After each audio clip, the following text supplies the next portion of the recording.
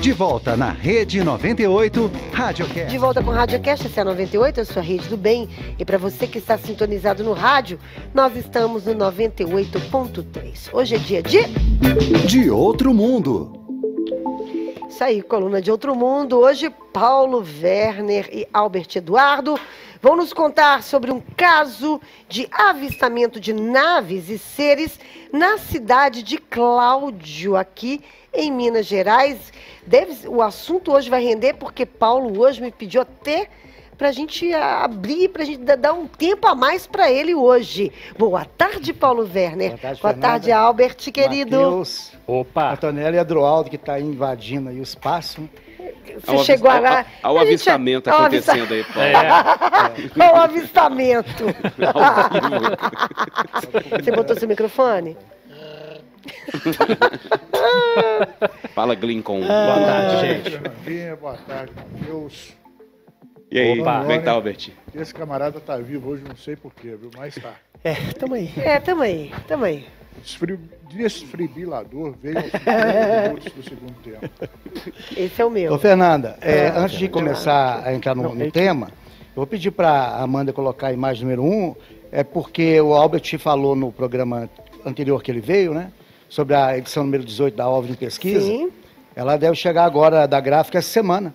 Assim que bom. chegar, eu vou trazer alguns exemplares aqui para você boa. sortear. E essa edição número 18, ela tem uns destaques interessantes, né? Uma matéria sobre OVNIs da Antártida, que o Edson fez, nosso coeditor. Tem 3 artigos sobre a nossa expedição ao Pará, né? Da Operação Prato. Um dos artigos em especial da Queline Borges, sobre a Silva Mara, que nós conseguimos localizar depois de 46 anos, né? Que é uma das testemunhas mais importantes da Operação Prato, que após ela ser atingida por uma luz, ela perdeu a criança de 4 meses, né? E ela, depois disso ela nunca mais foi encontrada. E ela vive praticamente no meio da floresta. E nós conseguimos agora nessa última expedição localizar a casa não, um casebre, né? 4x4 no meio da mata, e está tudo agora na edição número 18, que está assim, com conteúdo muito bom, né? Exclusivo, né, cara? Isso aí é bom mesmo. Tudo bem, Adroaldo? Tudo ótimo. Bom, então é o seguinte, Fernanda, nesses programas, acho que nos 2 últimos, né, eu citei aqui algumas partes do caso Varginha, aí muitos querendo me dar facada nas costas, outros querendo me dar...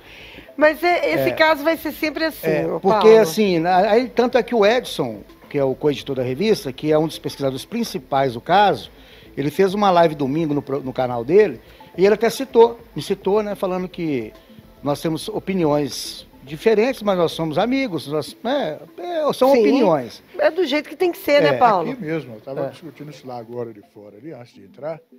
Eu não acredito realmente, depois desse último congresso, eu não acredito realmente mais nada do caso Varginha. Para mim já foi uma premissa. O Paulo não. O Albert é ainda mais radical. Não, mas porque o caso Varginha, o que estraga do caso Varginha são os próprios pesquisadores. Porque cada hora aparece uma declaração que ela chega a ser tão fora do contexto que você fica em dúvida. Mas como disse, é esperar o futuro, porque tem 28 anos de que eles estão pesquisando o caso Varginha. Eu só vou dar uma coisa rapidinho, só para... O caso já começou errado. Falou que teve uma nave enorme, tipo uma nave passando, voando no meio do mar, de repente foi atingido por um raio de um satélite em volta da Terra, explodiu, não acharam um caco da nave. Entendendo? Então começou errado. E lá no final, agora, recentemente, na nossa palestra aqui naquele shopping, Monte Carlo, eu ouvi a entrevista da Valquíria, e ali realmente, antecedendo a palestra da Liliane, né? Eu vi a entrevista e realmente eu acreditei que não tem realmente nada a ver, né? Já o Paulo não, o Paulo falou, ali já tem alguma coisa. Vamos esperar o Birajara agora se manifestar, que é o protagonista principal do caso Varginha, e nós vamos ver como é que fica isso aí. Mas aguardemos cenas dos próximos capítulos. Mas aí como eu citei aqui Varginha e o caso Cláudio, as pessoas começaram a fazer muitas perguntas, né? Porque eu citei que o caso Cláudio ele tem mais elementos do que Varginha. Então inundou. Aí eu recebi um monte de mensagem muitas pessoas querendo saber mais detalhes do... Aí eu falei, olha, tem um link aqui do programa do Radiocast, no qual acho que foi o primeiro programa. Não lembro, Paulo. Eu pesquisei lá, foi o primeiro programa aqui na rádio, foi sobre o caso Cláudio. Tanto é pela importância dele, eu falei, eu vou usar ele para inaugurar a coluna de Outro Mundo. E então só para fazer vamos relembrá-lo, né? Vamos relembrar, eu até deixei ali com o Matheus a cópia do BO, aqui, feito pela Polícia Militar.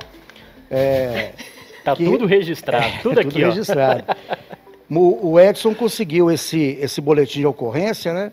Mas o que aconteceu? No dia 19 de novembro de 2008, a esposa do comandante Reishofer, lá do pelotão lá da Polícia Militar de Cláudio, era mais ou menos umas 8h30 da noite, ela viu no céu um objeto hexagonal com 2 objetos menores fazendo evoluções em volta dele.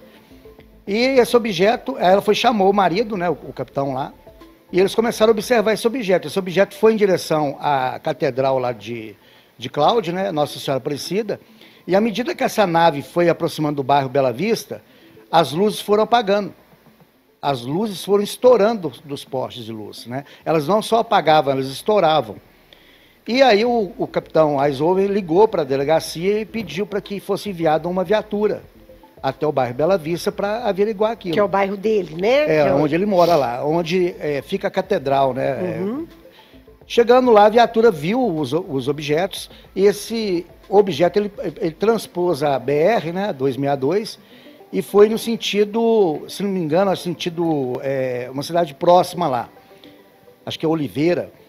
Eles foram atrás desses objetos, os militares, e até chegar perto de uma como é que fala? Uma fábrica de álcool, um canavial muito grande, eles observaram o objeto pousar. O objeto ele tinha um formato de um micro-ônibus, com as pontas arredondadas e uma luz que passava no meio dele. Era uma luz que era só no meio, como se fosse uma fita de LED. Aqui eu estou resumindo, tá, Fernando? O caso ele tem muito mais detalhes. Aí esses militares pararam e essa nave subiu novamente, e aí eles entraram na viatura. Quando eles entraram na viatura, o objeto voltou no mesmo local. Ela tinha subido, desaparecido, depois voltou. E o cabo Hamilton Rabelo, que nós fomos até Cláudio em 2019, eu e o Edson, aí eu vou pedir para colocar aí na tela as fotos 2 e 3, que são as fotos que o cabo Hamilton tirou dos objetos. Está vendo ali? Ó? Ali é uma ampliação. Ele usou aquelas máquinas Cybershot da Sony, na época, né, em 2008, e ele fez 3 fotos dos objetos. 3 fotos, né? E ele tentou tirar outras fotos, mas ele não obteve êxito. E ele fez um desenho para a gente do objeto que eles viram, que é a imagem número 4, né, que eu vou pedir para... Tá vendo? Aí são as imagens que foram feitas pelo cabo Hamilton, que consta, inclusive, no boletim de ocorrência oficial da PM. E aí, para quem está acompanhando, né, Paulo, são luzes bem diferentes de estrelas, de aviões, enfim. Ali elas estão um pouco ampliadas, né? Obviamente pelo tipo de máquina, que não tinha muita resolução, mas aí é um desenho, tá vendo, um objeto formato, segundo ele, um formato como se fosse um micro-ônibus, e no meio passava uma fita de LED com luzes, né?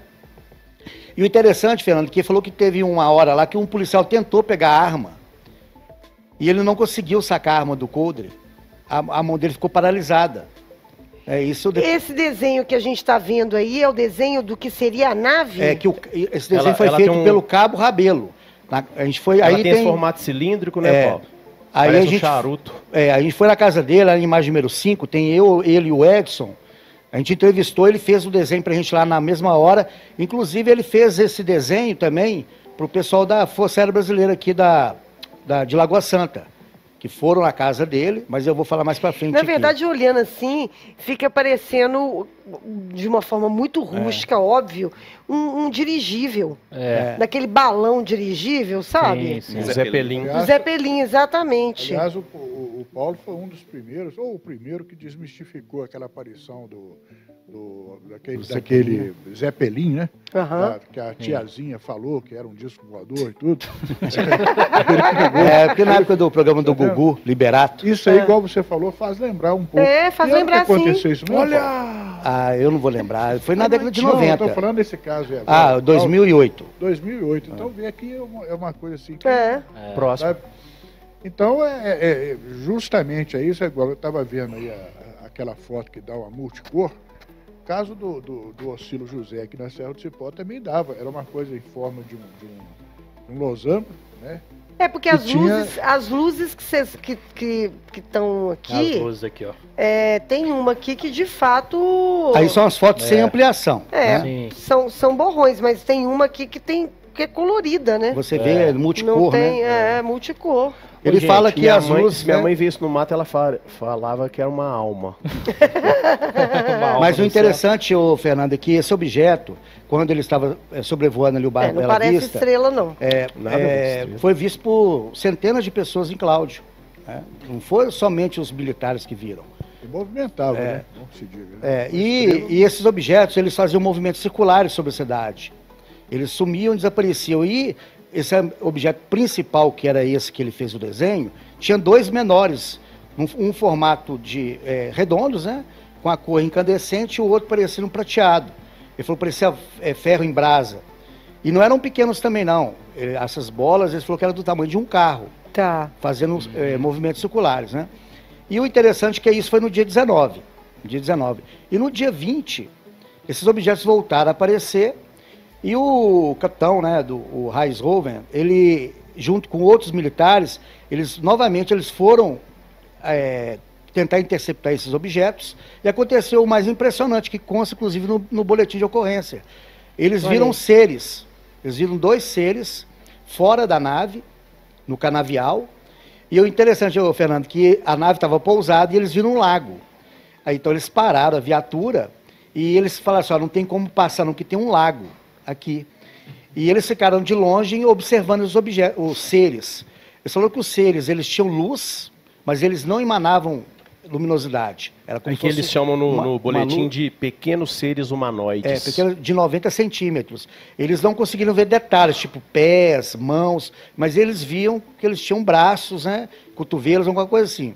E a cabeça era no formato de pera. E esses seres, eles não tocavam o chão, parece que eles deslizavam, flutuando.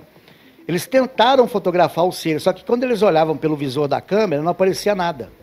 Que doido. Não aparecia nada. Isso, os militares, eram 6 militares, né? Vocês prestaram atenção na hora que o rapaz pegou o coldre para sacar, ele foi proibido de puxar a arma. Efeito deles também. Agora não me pergunte como que foi isso, né? Então, aí eles tentaram fotografar. O que aconteceu? No dia seguinte, os militares voltaram no mesmo local. E quando chegaram lá nesse canavial, não existia lago algum. Aonde eles tinham visto o lago à noite, não existia lago. Que isso? E o mais impressionante, essa operação, eles começaram tipo 9 horas da noite e finalizaram por volta de 10 e pouca. Só que quando eles chegaram na delegacia, já tinham passado quase 3 horas. Então houve um lapso de tempo desses militares de mais de 2 horas, que simplesmente sumiu essas 2 horas. E eles falam que, deslocamos na manhã de 21/11/2008 ao local onde vimos os seres e nada havia no local. O lago havia sumido, tinha apenas as canas e um barraco. O local onde havíamos visto um lago era uma pastagem. Isso para surpresa deste oficial e demais militares que viram o lago, que nos impossibilitava de chegar até os seres humanoides. Então, assim, parece um roteiro de um filme de ficção. Parece de um roteiro de filme de ficção. E assim, é lógico que ali o Adroaldo está lendo o boletim de ocorrência, só que isso foi o boletim que foi feito logo após... Esse aqui é oficial. Logo após os fatos. Lembrando que isso é um boletim de ocorrência oficial, viu, gente? Só que os militares, por conta própria, eles começaram a fazer investigações e descobriram vários outros casos. Inclusive tem um relato de uma senhora de um distrito chamado Formiguinhas, acho que está no relatório. Está aqui. Que ela abriu a porta e viu seres pequenos do lado de fora. Está aqui. E ela apontou aí se você achar aí, você pode, quiser... Paulo, e você não acha, por exemplo, que valeria a pena hoje a gente voltar lá e... Não, mas nós vamos voltar lá em Cláudio. Tem um pesquisador lá de Cláudio que está fazendo um documentário. Tá aqui, Paulo. Ó. Uma senhora do povoado de Formiguinha, ao abrir a porta de sua casa, né, teria visto pequenos seres em seu quintal e viu também um objeto cor de ferro incandescente parado no ar atrás de eucalipto cerca de 800 metros, apoiando a boina deste oficial como sendo a forma do objeto visto. Os objetos voavam em uma velocidade incalculável e paravam como se não existisse limites da física. Simplesmente paravam de repente. Os objetos faziam curvas em ângulos de 90 graus ou menos, deslocavam para frente e voltavam para trás. Então, isso é um boletim oficial da Polícia Militar. E foram 6 militares que observaram, fora toda a população, né, de Cláudio, que presenciaram os fenômenos. Ô, gente, só por esses relatos, eu acho que dá pra gente ter uma noção que o caso de Cláudio ele é muito mais detalhado do que Muito Varginha, mais, né? não, Com todo muito respeito mais. a Varginha, mas há comprovações, várias pessoas viram, né? Não só uma ou duas. Mas aí, só um momento, Albert. Olha só, eu conversei com o Albert hoje sobre isso. Como é que funciona a pesquisa? Você usa similaridades e cruzamento de dados. Quem pesquisa o caso Varginha tinha que pegar o que aconteceu em Cláudio, até como... Porque, olha para você ver, o objeto que foi visto em Cláudio, ele é muito similar ao que foi relatado pelo casal Erico e Oralina lá em Varginha, na noite anterior. Um objeto, um formato de micro-ônibus. É quase o mesmo formato do objeto. E seres de baixa estatura que foram vistos tanto pelos militares como por outros moradores lá de Cláudio. Então, será que... Vamos só fazer... Não é a mesma turma? Será que é a mesma turma que está ali? Eu posso né? dar uma coisa, um pitaco aqui? Veja bem, no caso desses aí, desses seres, eles diferem muito do caso de Varginha. Sim. E outra coisa, quando a gente toca no caso de uma coisa ter caído, será que a nave de cima lá não viria resgatá-los? Então é outra falha. Será que caiu mesmo, né, ou aterrissou? Então a gente fica perdido porque os seres do caso Varginha nem roupa usavam, né? Parecia um bicho, né? E o mais interessante é o seguinte, que nesse caso de Cláudio, tem uma coisa que não pode deixar passar batido, que é a ilusão ótica que eles criaram nesse lago. Fizeram as pessoas acreditarem que Um bloqueio eles tinham... psicológico, né, Albert? Um bloqueio psicológico. Exatamente. Inclusive pra pessoa fala não aqui, Albert, avançar. tivemos dor de cabeça, dor no corpo e medo. Levei a mão à minha arma, mas o braço estava muito pesado. Tá vendo? Disse o soldado. E tem um final aqui que eu também achei interessante, que eles falam o seguinte, que eles entraram, né, no carro, a Mitsubishi não pegava direito, os militares que viram e tiveram maior contato parecem angustiados, estamos todos psicologicamente ou fisicamente diferentes, mais cansados, com sono, há relatos de pessoas que se sentiram levitando. Então, efeitos criados de lá para cá. Sim. E esse lago provavelmente foi feito na ilusão deles para eles não se bloquear. aproximarem. E, tanto é que um dos motivos que eles não foram com a viatura foi o lago. E esses fenômenos que o Adroaldo leu aí, esses sintomas, a gente encontra isso em relatos na área rural que a gente vai. A pessoa, eu senti cansaço. Sim. Então, quer dizer, são esse volume de informações que a gente soma, né, que nos dá a estatística do fenômeno. Como é que ele funciona, né? Então, o caso Varginha, ele tem sua importância, sim. A gente não é dono da verdade, mas em termos de documentação, de evidências, o caso Cláudio ele nos apresenta um cenário muito mais rico. O caso Varginha foi né? mais midiático, Paulo, no caso? Ele ganhou essa proporção por causa da mídia? Sim, porque lógico, foi né? feito assim... eu me lembro, na época, foi feito assim, quase fizeram uma superprodução para poder falar o caso Varginha, na época, saía reportagem todo dia. O interessante é o seguinte, que eu, por exemplo, muito amigo do Birajara na época, telefonei para a casa dele, ele não quis me atender, quer dizer, só pesquisadores, igual, eu vou citar aqui, o Claudeir Corvo, tem um que eu não vou citar porque eu não Perfeito. com ele. Perfeito. Então, essa turma do Rio, São Paulo, toda migrou para lá. E os holofotes estavam todos ali. Então, a gente era proibido. Por quê? Nós chegamos lá e desmontamos a coisa. Se a gente vir ter alguma coisa... Mas, mas eu e o Albert... Foi feito um circo, né, Albert? Não. Mas 7 dias depois do caso da Varginha, o Albert estava lá em Januário, né? Nós estávamos lá em Januário, achamos uma placa. Nós vamos contar esse caso, nós vamos continuar caso Varginha, caso Cláudio, caso todo, se é verdade, se não é, depois do intervalo. Daqui a pouquinho a gente está de volta. Tonton, Oi. vamos dar um recado da Cruzeiro do Sul aqui? Bora, Fernanda. Uma das suas metas para o próximo ano é estudar, é fazer um curso de graduação ou dar aquele upgrade na carreira com uma pós-graduação, Edro? Exatamente. Então, bora aproveitar a Black November da Cruzeiro do Sul Virtual. É isso aí, Fernanda. Matrícula grátis, mais desconto de até 70% e cursos EAD. Sabe por quanto, Adroaldo? A partir de R$ 95 por mês, Adroaldo. Não é nem um peixinho? Não. R$ 95. 95? É isso é bom aí, demais. Adro. Olha só, em 2024, estude de onde e quando quiser, com a qualidade que só a Cruzeiro do Sul Virtual tem. Inscreva-se agora em cruzeirodosulvirtual.com.br. Daqui a pouquinho a gente está de volta com Coluna de Outro Mundo, hoje com a participação especial na Coluna de Outro Mundo de Adro. Aqui invasor, fazendo. Né? O invasor. Ele resolveu se Meio do adiantar. espaço. Ele resolveu se adiantar hoje. Verdade. Veio direto de Cláudio. É que ele gosta desse tema, né, Adro? Gosto. A gente Inclusive, o adora Paulo isso Werner aí. já me deu muitos CDs, DVDs, enfim, de vários casos. Muito bom. Tá passando pela área 51, caso Prata e por aí vai. Isso aí. Daqui a pouquinho a gente volta. Radiocast. De volta com o Radiocast SC98, a sua rede do bem. E para você que está sintonizado no rádio, nós estamos no 98.3. Hoje é dia de Coluna de Outro Mundo. Estamos conversando com Albert Eduardo e Paulo Werner, que estão nos contando sobre um caso de avistamento de naves e seres na cidade de Cláudio, em Minas Gerais, e também de quebra alguma coisa sobre o caso Varginha. Diga, Tem Tonton. pergunta aqui, Fernanda. Bora. O Fabiano Souza está dizendo, boa tarde a todos, me chamo Fabiano. Gostaria de saber se os seres vistos em Cláudio já foram relatados em outras localidades aqui de Minas Gerais. Há relato similar, Paulo? Sim, esses relatos de seres que aparentam uma luminosidade, isso é comum. Principalmente no México já foi relatado esse tipo de seres, no Peru também. Aqui mesmo no interior de Minas, depois eu posso até detalhar num próximo programa e trazer aqui. Mas esse relato não é a primeira vez, não. Sim.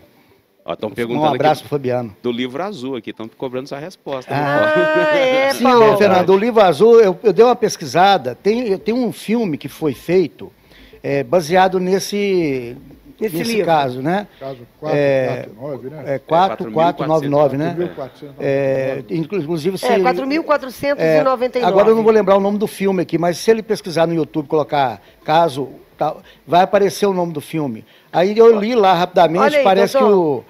que o filme foi baseado nesse caso. Não é que o filme Você vai olhar fiel, aí, Adro? né? Então, só para fechar aqui o caso de Cláudio, Fernando, um detalhe que acho que é um dos mais importantes, né? E que mostra a seriedade da coisa, que foi inclusive a capa da edição número 4, né?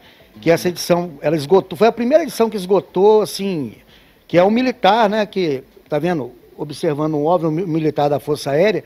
No dia seguinte, o cabo Hamilton, que teria feito as fotografias dos objetos, ele recebeu a visita de 2 tenentes da Força Aérea Brasileira, aqui de Lagoa Santa, que chegaram até a casa dele, entrevistaram, perguntaram para ele tudo, pediram que ele desenhasse o objeto no papel, desenhou, e depois que ele fez tudo isso, eles pediram o chip da máquina. Falou que eles queriam fazer cópias, só que simplesmente eles pegaram o chip e não devolveram mais. Ó. Inclusive tinha fotos pessoais dele. A sorte é que quando ele chegou em casa da Honda, né, ele transferiu as fotos para o computador. E então, quer dizer, os militares foram lá, requisitaram o chip da máquina e não devolveram. Então, mostrando o quê? E falaram com ele o seguinte, ó, o que você viu foi queima natural de gases. Agora, queima natural de gases, fazendo evoluções sobre a cidade, estourando lâmpadas de postes, né? Não faz sentido. Quer dizer, Eles conseguem dar respostas mais absurdas. Mais absurdas. A galera também não colabora, né, gente? Só que agora Pelo amor de essa Deus, conversa né? não cola mais, porque eu desafio, aqui ó, eu desafio vocês militares a vir pegar coisas nossas. Nós temos agora vários backups. agora Temos acabou, hoje né? Agora não tem mais arquivos isso, né? Separados. Então não venha com essa história, até porque eu acho que vocês não têm capacidade para isso. O Úvio mexeu com isso anos e anos e anos. Nunca recebeu, vamos supor, visita de vocês. Aquele caso da Coca-Cola que eu vou tocar no final aqui, sabe? Por que vocês não interviram ali? Tá o desafio. que Mas tem. hoje, realmente, hoje como você tira uma foto e já vai para a nuvem, né? não Já tem fica mais jeito, difícil. não tem jeito. Mas como o tema que era o caso Cláudio e outros relatos militares, Eu fui fazer uma pesquisa dos meus arquivos, eu encontrei vários casos que ocorreram aqui em Belo Horizonte e que envolvem militares, né? Tem um caso que eu encontrei num dos meus jornais lá, que é bem interessante, que foi no dia 26 de 11 de 1970, foi aqui perto da mata da UFMG, no bairro São Francisco. Um senhor estava vindo com o Fusca dele deu problema e parou o carro. Parou o carro e desceu do Fusca, né? Como naquela época ali, o trânsito era bem menor e era muito escuro, né? Ele olhou para cima e viu uma nave luminosa com várias, como se fosse um disco mesmo, com várias cores em volta. Ele achou aquilo muito bonito, porque era um breu danado. E então, aí estava vindo uma viatura da Polícia Rodoviária Federal e parou para ver por que o carro estava parado ali, né? Na hora que ele desceu do carro, o cara falou assim, olha para cima, olha o que é aquilo ali. Aí o policial viu aquilo. Eu tenho esse recorte do jornal Dia da Tarde, foi do Dia da Tarde. E aí o policial ficou observando aquilo. Então ele correu para o carro para passar um rádio para a central, para perguntar o que era aquilo, né? Se era alguma coisa, né? Só que na hora que ele chegou na viatura, o rádio da viatura não quis funcionar. Não. O Fusca tinha parado, né? E a viatura do policial da Polícia Federal também não queria funcionar. Então ele voltou lá perto do senhor e começou a observar. E nisso foi parando outros carros na BR, né? Ali na 262, e observando o objeto. E aí foi avolumando, né? Pessoas parando e olhando para cima. Aí teve um cara que parou, chamou o policial e falou assim, para todo mundo, não deixa ninguém passar, para que tenha mais testemunhas, porque isso aqui é um disco voador. Nós estamos diante de uma nave de outro planeta.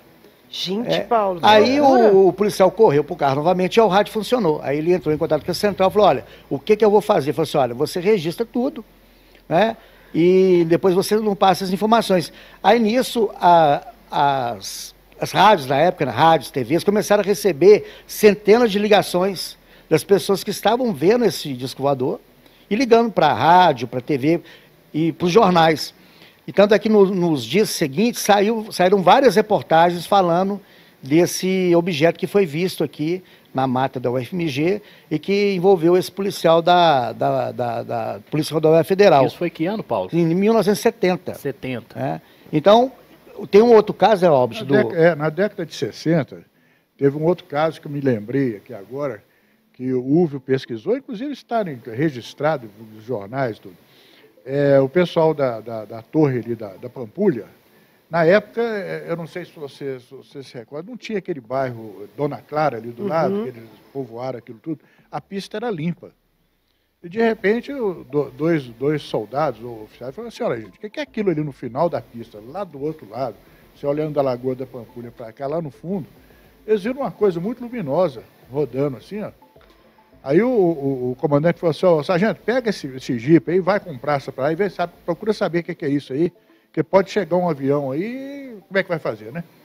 Eles pegaram o jipe e foram. Quando foram chegando perto, eles olharam aquele e falaram, pai, isso aqui não é nada desse mundo, não. Eles tentaram comunicar e não teve jeito. Eles viraram o carro, sabe, com muita dificuldade. Era um jipe daqueles antigos, se não me fala, era um Willys, né? E voltaram com ele e falaram assim, olha, aquilo ali me parece que é o tal do disco voador. Aí o gente falou assim, então fica calado, não fala nada não. E depois, quando foram fazer o relatório da noite, né, no outro dia receberam as visitas dos oficiais e falaram assim, olha, assunto encerrado aqui, entendeu? E outro caso também parecido com esse aí foi perto da Coca-Cola. Isso que eu ia te perguntar, qual que é o caso da Coca-Cola? A nave chegou a pousar, perto do solo, 1,5 metro, mais ou menos. Esse é engraçado, tá engraçado. Coca-Cola... Ali na saída, não era do Caiçara ali, no Caiçara. Manel Rodoviário. Exatamente. Tá. Isso. Tá. Aí, aquela época que eu trouxe ali era praticamente mato, né? Aí eles pegaram e falaram assim, olha, que diabo é aquilo ali? Eu falei, não sei.